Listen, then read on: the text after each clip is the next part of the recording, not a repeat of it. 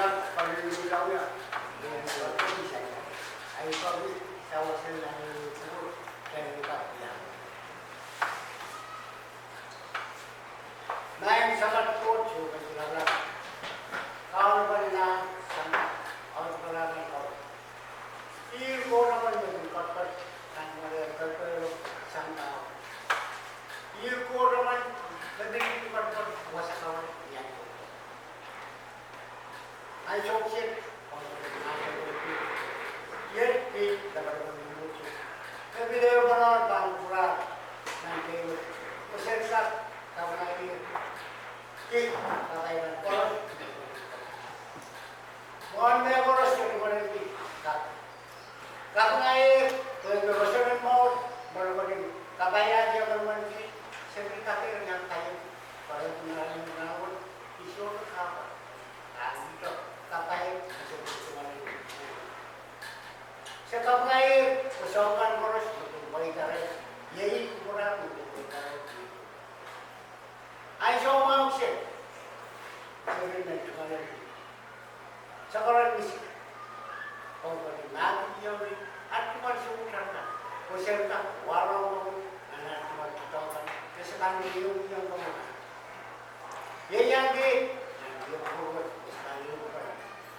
Partido. Ganang masaraw. Yung nakawin. Kung siya ka. Yung pala. Tama. Tanto lang. Living ang Christ. Lain sangat kurso. Saya pernah ikut kupular berikut. Kasih yang ane pun bertanya kantor. Ayatlah dia. Mereka sampai. Lain sangat kurso. Sangat kurso. Apa yang kita boleh bersatu? Apa boleh kurang? Paling baru kacau sekarang teknikan tu. Dan kita nak dewa bersyukurkan. Oh sekarang kita bukan anggap dia bilang apa yang bisa benar dia pasti sesuai.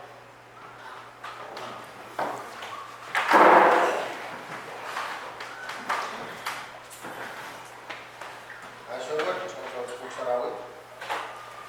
Yang kedua, waktu kau try. Nai saja yang baisa selu meterma. Yet me nasani. Mile ugen Wiekupwur, umay kau betul kau sapur al dan sap. Umay kaya nila wasakan dan sapur sapcor be akai kol dan kacil kei. Aude da wa koros. Kapatapat lada koros. Ton kan pan wiana sap kacil.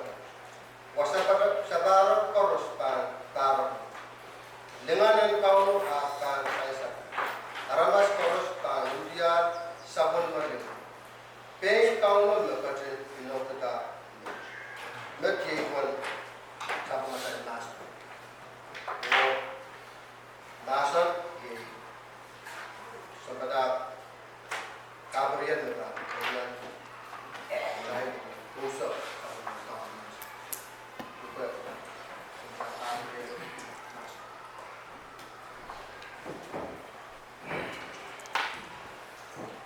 Karena program. Aisyah Moses benar pula. Sesuatu pemilihan karena Israel. Sesuatu kot dia sesuatu. Tidak masuk. Sesuatu apa kalau Israel? Bukan. Kasulah bukan. Bukan. Sesuatu apa komat? Okey. Semua maka pay ko buka pa. I don't wow. Bang pro siya pala good. Ipo na mo ni siya ko be. Pun. Chairman ka, tabla pa. I don't want to roll on president. Siya mo bron. Siya kaway. Pero ay ka na para sa resolution. Siya sa kausap. Mo tayo bro, dia kan yang kira. Matun kuro. Iman siya sa silo, o bebet po isi ba